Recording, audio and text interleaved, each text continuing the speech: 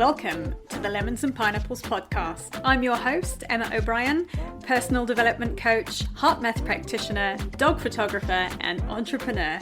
In this podcast, I share tools, strategies, and amazing guest interviews to help you improve your mindset and your well-being with a sprinkle of fun and probably some mention of dogs along the way. So without further ado, let's squeeze the day. Hi folks, welcome to episode 38 of the podcast. This episode is all about being stuck. So this is one for the folks who are stuck in a rut, who have started the new year, nothing's changed, are perhaps thinking, this job I'm doing isn't for me, this relationship isn't for me, I need to make some changes, but I don't know what they are. And I'm aware that I have shared over the past few podcasts lots of things about goal setting and go get it and go out there. We've had 2 inspirational guest interviews about people who have gone after their dreams, people who have picked themselves up and dusted themselves down and got going again. But what if you are at the moment sitting on the floor, not able to pick yourself up yet one more time? So I'm hoping, it's my plan that this episode is some inspiration for you to help you just make those next few steps to get you out of being stuck in a rut. Before I jump into the content of today's podcast, I'm going to invite you, if this episode resonates, to check out my 7 steps to getting unstuck workshop. This is a free workshop that you can get immediate access to, and it's going to really dig a bit deeper into what I touch on today and give you some strategies to help you get out of inaction, get out of your comfort zone, and get out of feeling stuck and trapped in where you're at. You can find that at emmaobrien.coach.com/stuck. I will also pop the link in the bottom of the show notes for you. So what does it mean to feel stuck? And this can be so many different things to different people.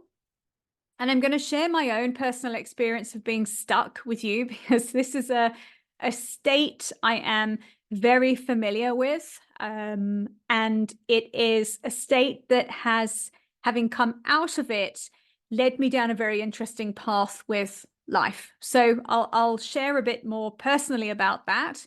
But I think if we can identify some things that might be happening in your life that would indicate you're stuck, things like habit loops. So if you are stuck in repeating habits that you know aren't good for you, but yet you continue to do them because it's a very well-worn neural pathway, and you don't really know what to do instead.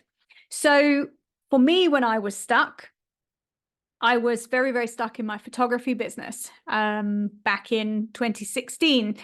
And what that looked like for me was being in this habit of working constantly, because that is what I knew.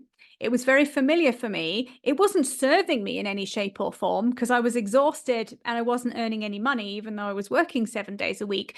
But yet I continued because somehow there was a part of me that thought, if I can continue to do this, maybe at some point it'll pay off. But if you've got habits that you are doing continually and you are not getting the results that you want, something has to change. You need to get unstuck. This might also look like behavior patterns you repeat. So if in terms of relationships, you attract the same kind of relationships in again that are not healthy for you, if you continue to do things that you know are unhealthy for you, comfort eating, smoking, drinking too much, things like that, but you know you shouldn't be doing them, you're stuck. You need to make a change to get out of these behavior patterns. If you're feeling overwhelmed by your life, your business, or everything, that to me is a very big indicator that you are stuck and something needs to be different. I had a conversation with somebody recently who was feeling very overwhelmed in her business. And we started to dig into what does that overwhelm look like for you? So I just wanted to get an idea of what was going on that was overwhelming for her. And she told me she quite routinely deals with over 1,000 WhatsApp messages in a day. So that's pretty overwhelming. And we started to talk through what she could do differently to massively reduce the number of WhatsApp messages and what would be better for her instead as a method of clients communicating with her. The other thing is knowing that you want to change something, but not knowing where to start, so nothing changes. And that perpetuates a state of constant frustration. And the last sign that you might be very stuck is feeling too afraid of the unknown to make a change. And again, this comes back to being stuck in a comfort zone. Comfort zones are the most revolting things ever because they are on a global scale, as in the kind of whole of our holistic life. They're really unhelpful. They're generally very unpleasant, but we know them. They're familiar. So we stay there, and often we'll self-sabotage any attempts to do new things in order to keep ourselves in that zone of safety. So there's a lot of thought work that needs to happen and mindset shifts that need to occur for you to be able to start to move out of that comfort zone. So I shared a little bit just before when we were talking about the signs you might be stuck of my story of being stuck. And I had got to the stage with my photography business where I was working in a pattern of constantly working, constantly taking work on, overworking, because I had told myself that being busy meant I was successful. And I also listened to outside perspectives from people saying, oh my goodness, you've got loads of work, you're so lucky, blah, blah, blah. And what I was burnt out. But what I didn't know was what to do differently. And I knew I needed to restructure my business and put my prices up, but it terrified me. So I didn't do it because I was terrified that if I made that change, I'd lose my business. And at that point, I started to work with a business coach because I actually needed some external help to get me unstuck and get me to shift.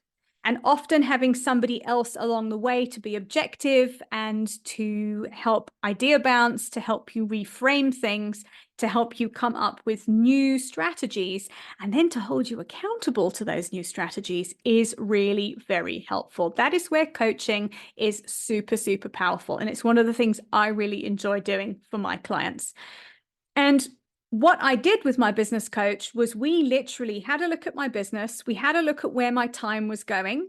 We had a look at what we could outsource to save me time. I was doing an awful lot of admin that I found an assistant who could do for me instead. And we restructured my pricing. And this was the scary part because essentially I doubled my prices and pretty much overnight did lose a big portion of my client base because everybody who was used to me being affordable, suddenly I wasn't anymore. And if I hadn't have been working with my coach who sat with me whilst I white knuckled through that change, I probably wouldn't have made the progress I did.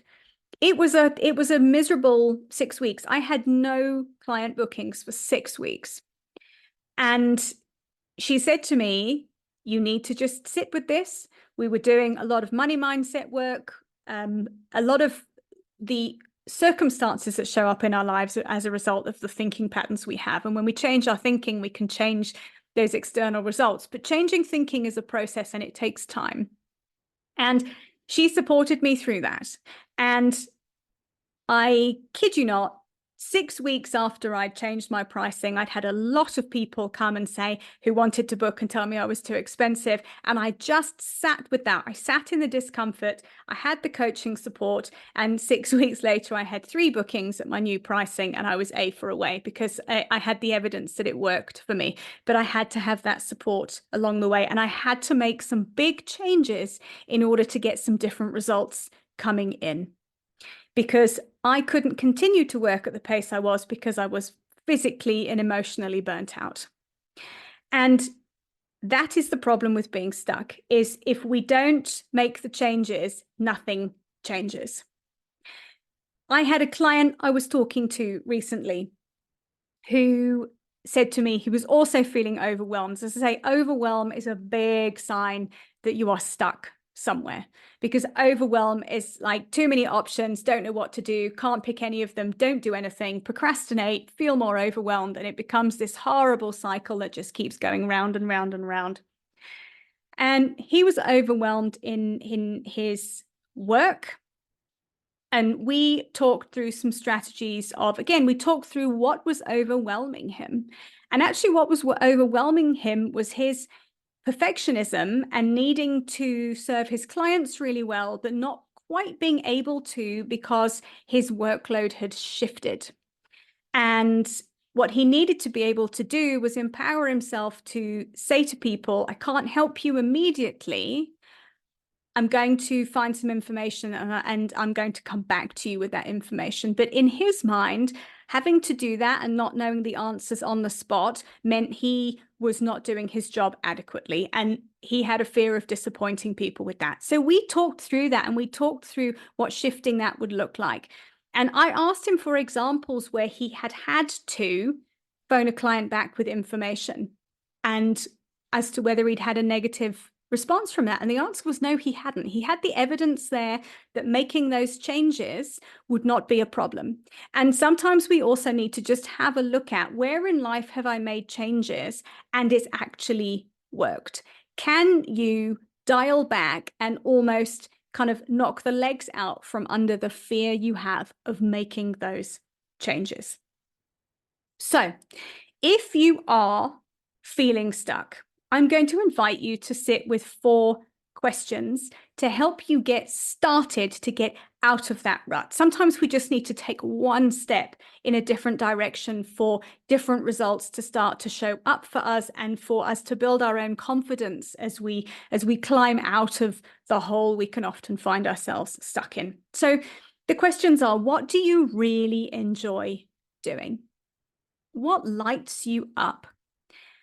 Where in your life are you already doing this thing that you enjoy doing? Because quite often, the things that we think we want to do are already in our life somewhere. We're just perhaps so focused on what's not working that we don't focus on what is working. Where could you add more of the thing you really enjoy doing into your life? Where could you make time for that? Where could you bring that in more? And the last question is, if money weren't an issue, what would you be doing with your time? And what would you still enjoy doing? It can be very tempting to think that we have to turn every enjoyable endeavor into a career move. Hi, I'm Emma. That is what I do often. And we don't. It's okay to enjoy doing something just for the sake of doing it. And sometimes just having that time of doing an activity we enjoy and making time for it can be enough to break the overwhelm, add a little bit of spark of happiness in, and give us a bit of room to start to think differently about things. And if you're sitting and you're stuck in your business, you can apply these same questions to this, because it's totally okay to have a career pivot. It's totally okay to go in a new path. Sometimes we just need to know where it is we want to go, and then we can start taking action steps to be able to get there, and to give ourselves the grace and the space to be able to do that.